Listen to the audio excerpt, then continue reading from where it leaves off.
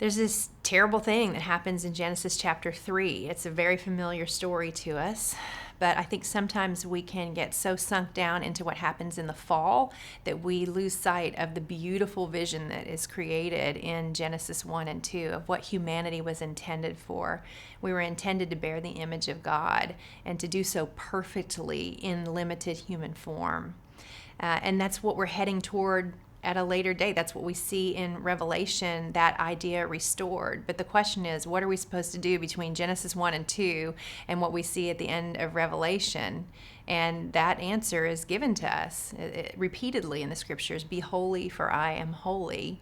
And so the believer who is living in a post-fall world is still living with the presence of sin around and with temptation around them, but because they've been granted a new heart through Christ's sacrifice, they're actually capable of choosing things that please the Lord.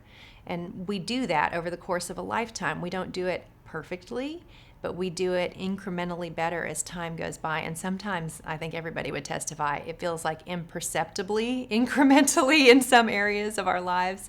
We do have sin patterns that we battle for years and can have the sense that I'm not getting any better at this.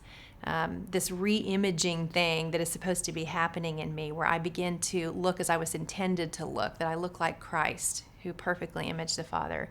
We can feel like that can't possibly really be happening because I still do this or I still do that.